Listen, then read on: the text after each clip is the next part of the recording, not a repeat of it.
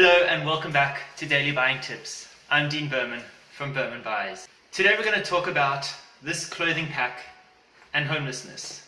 To most it's just a clothing pack with some staples in it like socks, knickers, track pants, t-shirt, jumper, bag. To me, however, it represents something really important.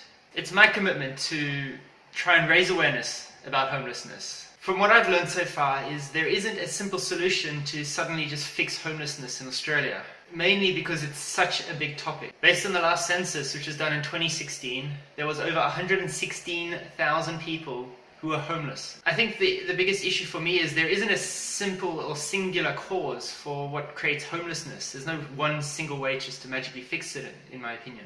Homelessness itself is often associated with personal troubles, maybe medical issues, substance abuse, etc.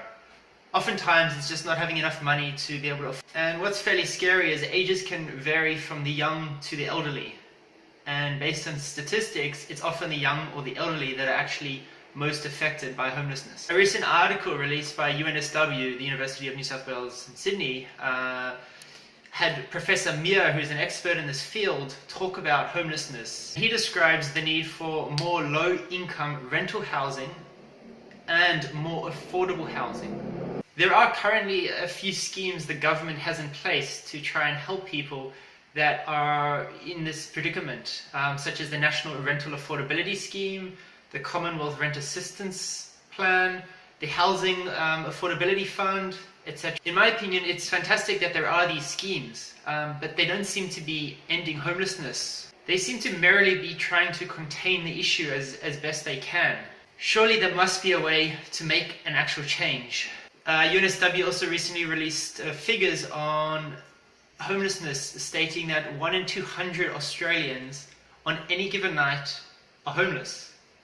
And it's even a bit more scary when you look at the ages of 19 to 24, it drops down to 1 in 100.